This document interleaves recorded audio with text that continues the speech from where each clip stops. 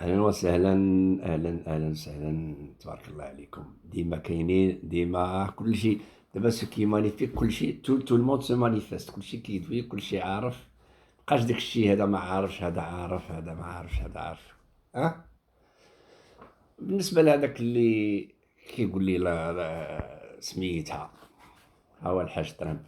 بالنسبة لهذاك اللي كيقول لي لا موسكي ولا موسكي دو باري، شحال دوزنا لك مشاريط لقدام، شحال دوزنا جيستيفيكاسيون دي فيديو كيفاش انوغيرا، كيفاش الملك الراحل الجد دار عطاو ليه لا بوسول ودار لهم اتجاه ديال القبله باش ما يصليوش اتجاه السبنيول كيما وقع الاخر.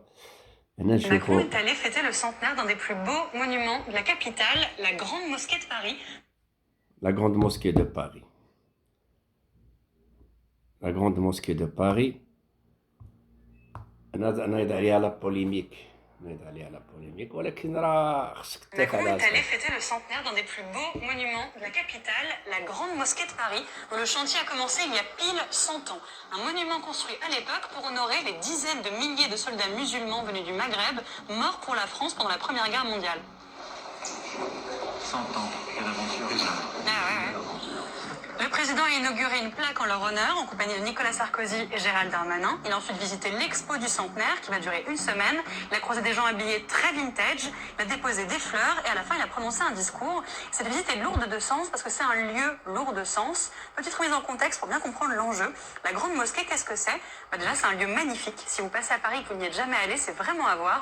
En 1922, 350 ouvriers marocains sont venus en France pour la construire dans la pure tradition hispano.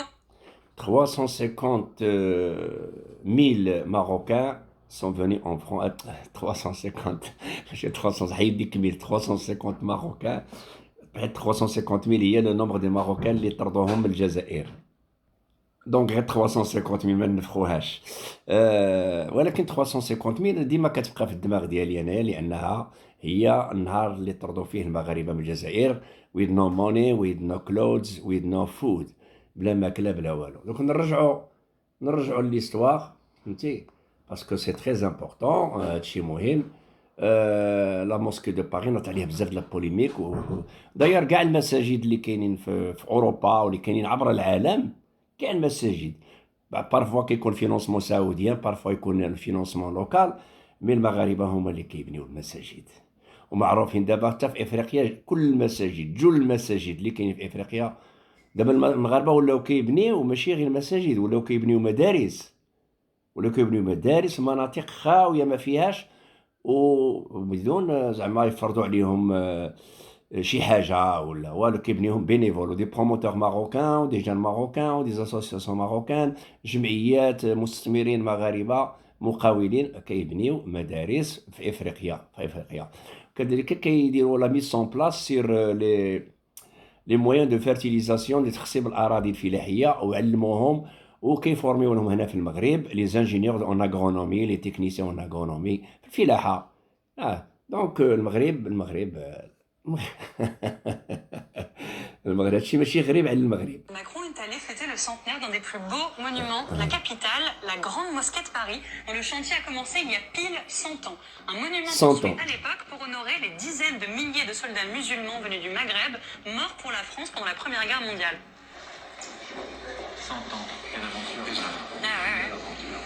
Le président a inauguré une plaque en leur honneur en compagnie de Nicolas Sarkozy et Gérald Darmanin. Il a ensuite visité l'expo du centenaire qui va durer une semaine.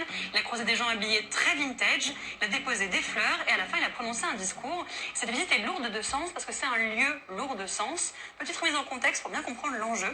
La Grande Mosquée, qu'est-ce que c'est? Déjà c'est un lieu magnifique. Si vous passez à Paris et que vous n'y êtes jamais allé, c'est vraiment à voir. l'historique en bref. 350 ouvriers marocains sont venus en France pour la construire dans la pure tradition hispano-mauresque, des mosaïques, des fontaines carrelées, le plus haut minaret de France, une bibliothèque garnie de Corans anciens. Et à l'époque, c'est un vrai statement de la part de la France de construire un lieu pareil, financé en majorité par l'État, quelques années seulement après la loi sur la laïcité. En plus, on ne construit pas n'importe où, elle se situe rive gauche, au bord du jardin des plantes. اللي كيقول لك فينونساتها الجزائر، سمعتيها فينونسي 100% par l'État, construit par 350 Marocains, suivant l'art hérité hispano-mauresque, hispano-marocain, qu'est-ce que ça veut dire? Ça veut dire les Marocains de l'Espagne. L'historique quartier latin de Paris, un lieu associé traditionnellement aux Lumières, aux universités et aux intellectuels laïcards. À l'époque, la droite nationaliste fulmine. Depuis, la mosquée fait partie de l'ADN de la ville. Dans les années 80, son célèbre hammam deviendra même un lieu clé de la communauté gay parisienne avant d'être fermé aux hommes. Et avant ça, c'est dans ce même hammam reconstitué que se rencontrent des hommes dans la scène culte de la Grande Vadrouille. Bref, lieu de culte, lieu de culture, lieu de vie. Aujourd'hui, la Grande Mosquée, on a à la fois la communauté musulmane qui prie, juste à côté de jeunes Parisiens qui viennent juste prendre un thé à la menthe dans son très joli café. C'est un lieu de rencontre qui cristallise plein de choses. Par exemple, dès qu'il y a une polémique sur l'islam, c'est là que les journalistes vont pour chercher des réactions modérées, des discours anti-amalgame. C'est un lieu éminemment politique, victime de tentative d'attentat néo-nazi en 2003, souvent profané de tags, et surtout c'est un lieu qui a vu défiler tous les présidents français dans un but précis et qui date pas d'hier. Écoutez ce commentaire sur la visite du président en 1947. En France, où l'attention reste fixée sur les problèmes de l'Afrique du Nord, le président de la République, en se rendant à la a manifesté de façon éclatante que l'importance que la France attache à la résolution compréhensive de ces problèmes. La Grande Mosquée de Paris concentre toute la complexité des relations entre la France et le Maghreb. Sa construction était voulue comme un geste de reconnaissance envers le monde musulman.